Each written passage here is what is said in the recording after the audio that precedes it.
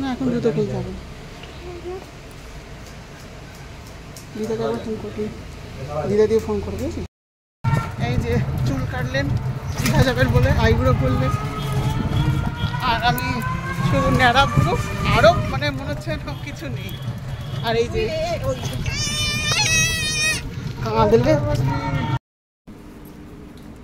রান্না বান্না করে খাওয়ার জন্য দিয়ে গেছে, এখানে থাকবে।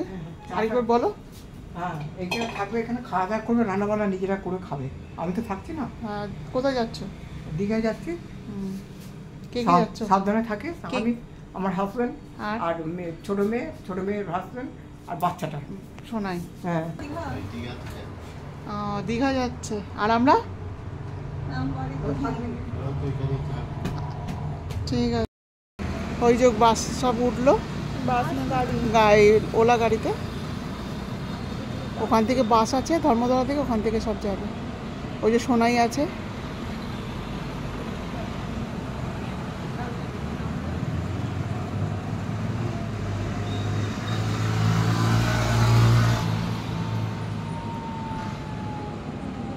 দিদাকেই মাঝখানে বসিয়েছি।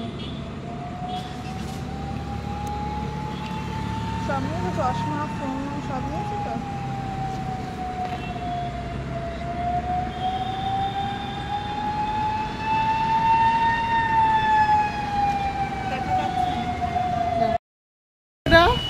এই বাড়িটা চেকে চিনতে পারছো তো, মা নেই, বাপের বাড়িতে আছি, মারা তো গেছে তোমরা জানো। তো আমরা বাজার দোকান করে নিয়ে এলাম, মানে নতুন করে সংসার পাতা আর কি বলতে পারো। তো কি কি নিয়ে এসেছি দেখো বাজারে, অর্ধেক রান্নাঘরেও নিয়ে গেছি। কুমড়ো আলু তরকারি করবে, আলু বেশি খেতে হবে না, মানে বারণ করেছি আমি, অল্প অল্প খাবে, ওই জন্য আলু কম নিয়ে এসছে। আর একটা দুধ নিয়ে এসেছি, মেয়েগুলো জ্বর, একটুখানি তোমার দুধ করে দেবো আর কি। আর আজকে পুজো দেবে বলে এই তোমার কী নাম এটা, পেয়ারা আর এই লাড্ডু, গণেশ ঠাকুরকে দেওয়ার জন্য লাড্ডু, আর ঠাকুরের মিষ্টি আছে ওখানে।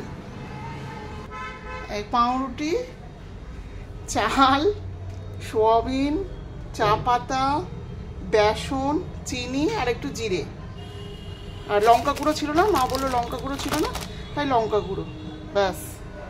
এবার রান্না বান্না আজকে হবে। আজকে হচ্ছে তোমার সোমবার। আমরা ও বাড়িতেই নিয়ে রান্না বান্না করেছি, কেন মিস্ত্রি কাজ করছিল আমাদের ইলেকট্রিক লাইনে, সেটা তোমাদের পরেই বলবো। মিস্ত্রি কাজ করছিল বলে আমরা ওই বাড়িতে রান্নাবান্না করেছি। তো আজকে থেকে রান্নাবান্না হবে, মানে মোটামুটি আজ সকালটা রান্নাবান্না হবে, বিকেলবেলা মনে হয় না মেয়েরা থাকবে, কেন নিজেদের বাড়িতে বুঝতেই পারো, নিজের বাড়ি তাই না, তো নিজের বাড়িতেই মনে হয় যাবে। তো ঠিক আছে, আবার পরে কথা বলবো, এইটুকুনি আপডেট দিয়ে দিলাম তোমাদের।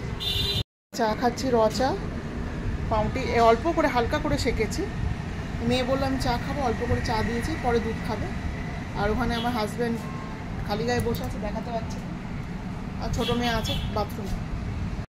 এখানে যা গরম পড়েছে আর বলো না, এখন গরমে ছেঁড়া ফাটা যা পারবে পড়বে, দেখবে আরাম, না হলে না খুব কষ্ট হয় বাবা।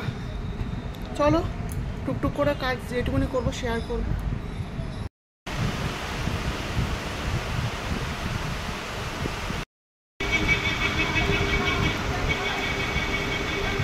বৃষ্টি পড়ছে বাবা।